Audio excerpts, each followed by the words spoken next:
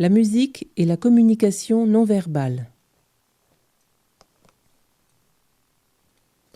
Des études effectuées sur la communication non verbale indiquent qu'à peine 7% des pensées sont transmises par des signes paralinguistiques, comme l'intonation de la voix, la rapidité avec laquelle les paroles sont dites, et que par contre, 55% sont transmises par des signes corporels. Par conséquent, quand nous sommes avec quelqu'un, nous communiquons tout le temps, même si aucun mot n'est dit. La kinésique est l'étude des mouvements et des expressions du corps.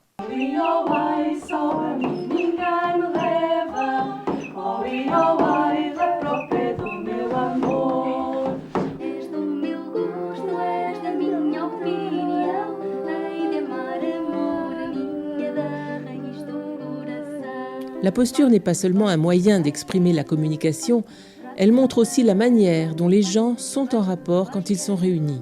Quand on réalise une activité, notre corps indique si nous faisons avec ou si nous faisons pour.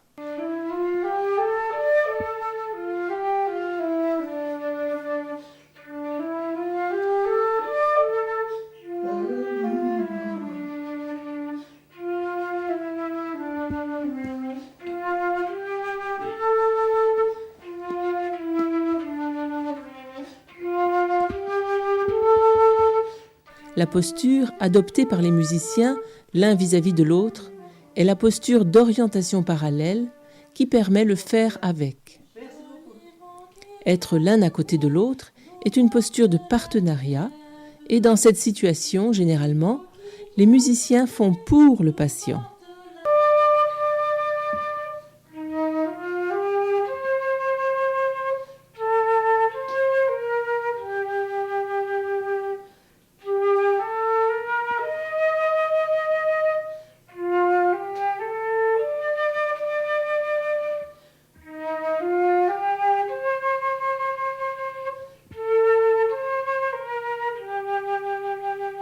Le faire pour la personne âgée se caractérise par l'adoption de la posture d'orientation face à face.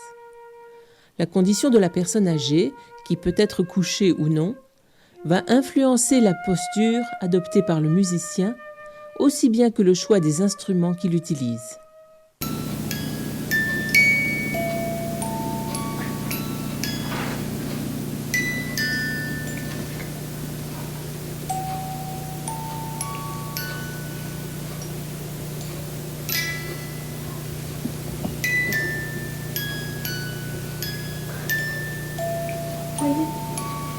Quand la personne âgée est assise, c'est plus facile pour le musicien intervenant de faire avec, puisqu'il n'y a aucune barrière physique, comme par exemple les barrières du lit. Ceci permet la posture d'orientation parallèle ou bien la posture de partenariat. Vous pouvez jouer avec moi.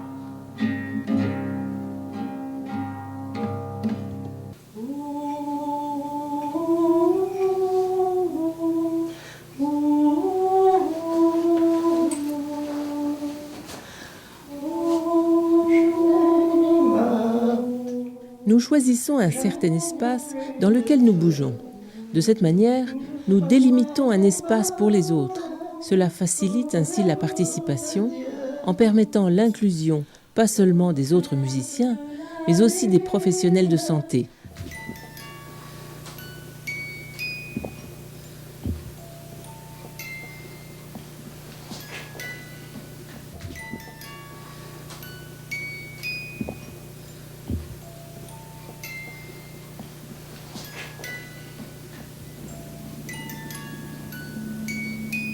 Vous allez pouvoir faire une bonne petite sieste après. Merci.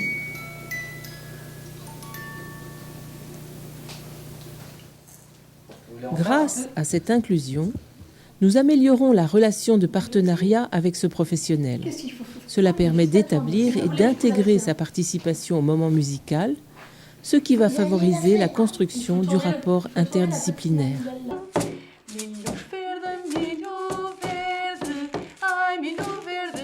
Parfois, en étant très attentif au rapport avec la personne âgée, qui focalise notre attention, nous adoptons une posture d'exclusion par rapport aux professionnels de santé, ce qui rend sa participation difficile.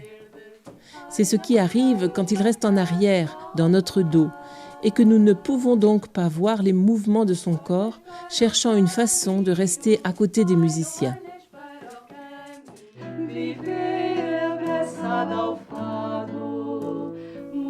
Chaque mouvement ou position du corps possède des fonctions adaptables, expressives et défensives, quelques-unes conscientes et d'autres inconscientes.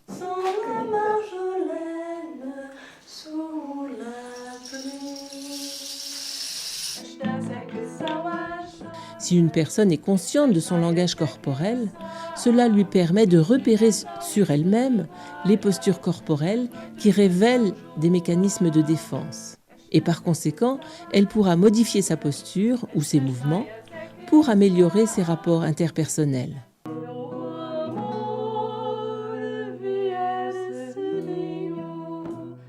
La posture nous indique comment sera conduite une activité et le regard nous transmet une intention. Le regard des musiciens est pratiquement continu pendant les rencontres et leur corps, généralement, s'incline pour que leurs yeux puissent rester au même niveau.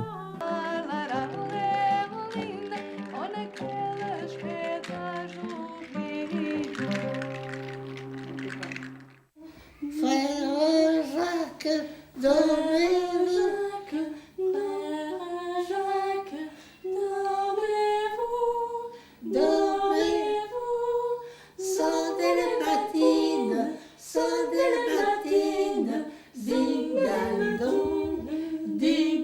Le premier contact que nous avons avec les gens est généralement par les yeux. Parfois, il suffit d'un regard pour commencer ou terminer un rapport quelconque, ou pour choisir ou refuser quelque chose ou quelqu'un.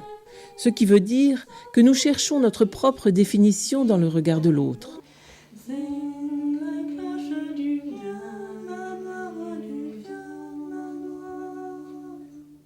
C'est comme le premier regard maternel que nous avons vu en étant enfants.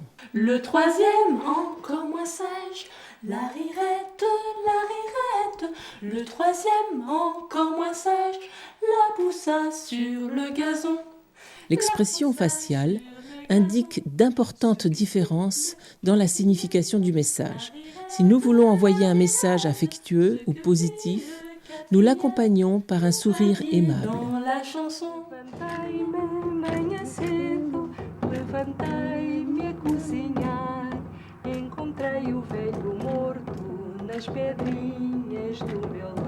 en analysant le travail des musiciens intervenants, nous avons remarqué qu'ils sourient durant au moins les 3/4 du temps total de la rencontre. On les voit souvent chanter en souriant. Les musiciens montrent un sourire ouvert vers le haut avec les lèvres dont les côtés sont également orientés vers le haut. C'est le sourire que l'on utilise quand on sourit à l'autre personne.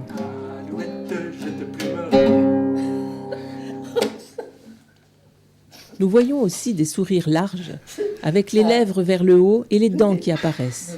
Sourire que l'on utilise généralement quand on veut s'amuser.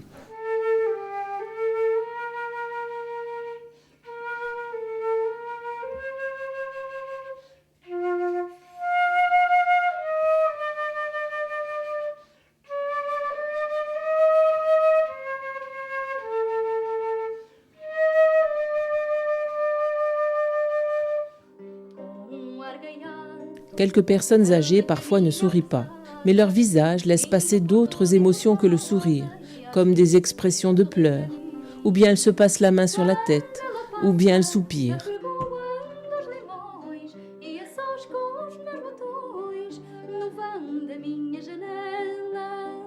La proxémique est l'étude de l'espace tout autour d'une personne.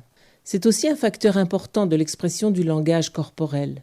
Les distances deviennent plus grandes quand l'intimité diminue. Oh, c'est bien.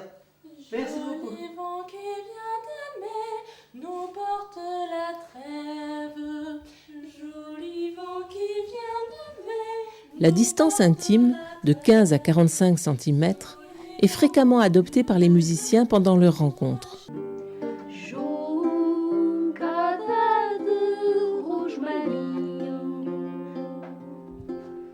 C'est une distance qui renforce la présence, le contact réel. C'est une distance qui permet de toucher autrui.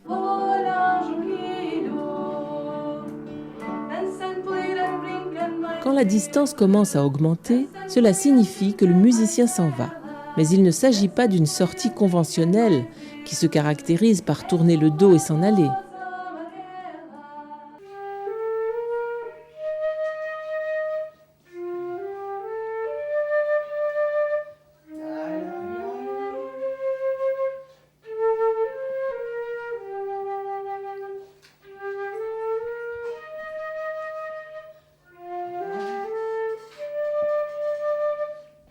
C'est une sortie lente où le contact est prolongé par le regard jusqu'au dernier moment. Pour étudier le toucher, on observe la manière dont il s'établit, l'endroit du corps où il a lieu et la durée du contact.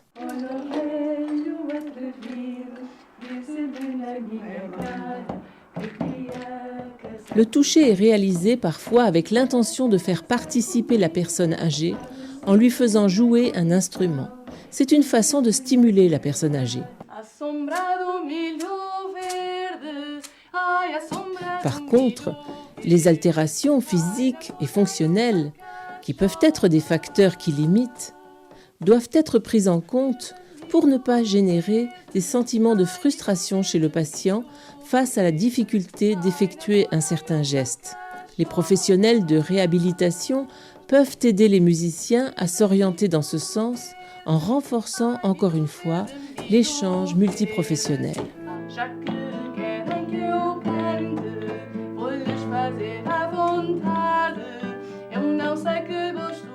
Le toucher léger peut signifier une invitation, au contraire d'un toucher de plus grande intensité qui peut vouloir dire une imposition.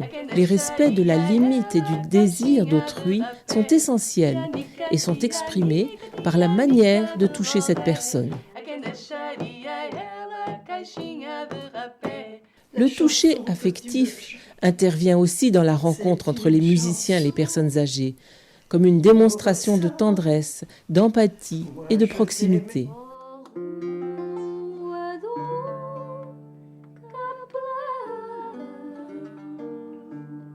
Certaines personnes âgées attrapent la main du musicien pendant presque tout le temps que dure la rencontre. De cette façon, elles peuvent aussi résoudre un conflit d'attention quand il y a plus qu'un musicien. Elles peuvent regarder un musicien pendant qu'elles attrapent la main de l'autre. Moi qui t'aimais, toi qui m'aimais. Le toucher, à part transmettre de la tendresse et de la sécurité, confirme la présence d'autrui. Le toucher est nécessaire, pas seulement parce qu'il provoque des réactions neurologiques, glandulaires, musculaires et mentales voulues, mais aussi parce qu'il diminue les sentiments de solitude et d'abandon qui sont fréquemment ressentis par les personnes âgées en institution.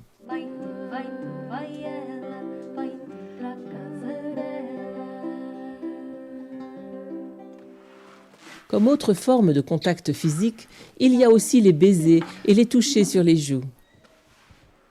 Les baisers sont des formes de salutation à l'arrivée et à la fin des rencontres, ou simplement une expression de tendresse, de gratitude et d'affection. Le travail du musicien intervenant, tel qu'il a pu être interprété par plusieurs enquêteurs qui étudient les rapports interpersonnels dans le secteur de la santé, permet des rencontres empathiques qui se caractérisent par la séquence d'actions suivantes. Un être présent, un retour de l'âme, une reconnaissance de similarité et singularité dans l'autre personne, une pénétration dans l'expérience d'autrui, une connexion avec les sentiments d'autrui, un moment de récupération après cette connexion, un enrichissement personnel dérivé de ces actions. Ce que fit le quatrième, la rirette, ce que fit le quatrième. Ces actions et intentions sont révélées par la communication non verbale qui, d'autant plus qu'elle est consciente, permet le succès des interactions avec les personnes en établissement de long séjour. La communication non verbale bien qu'on l'ait étudié lors de cette présentation de manière didactique, est quelque chose de dynamique, qui n'a de sens qu'en considérant toutes ces nuances dans un contexte déterminé.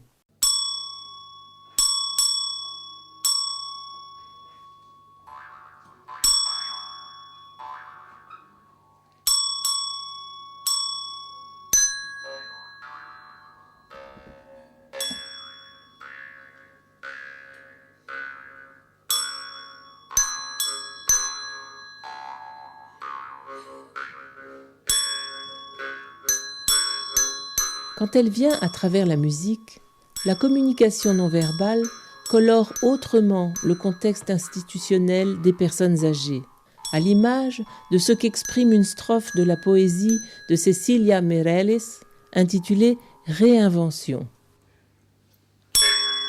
Mais la vie n'est possible que réinventée.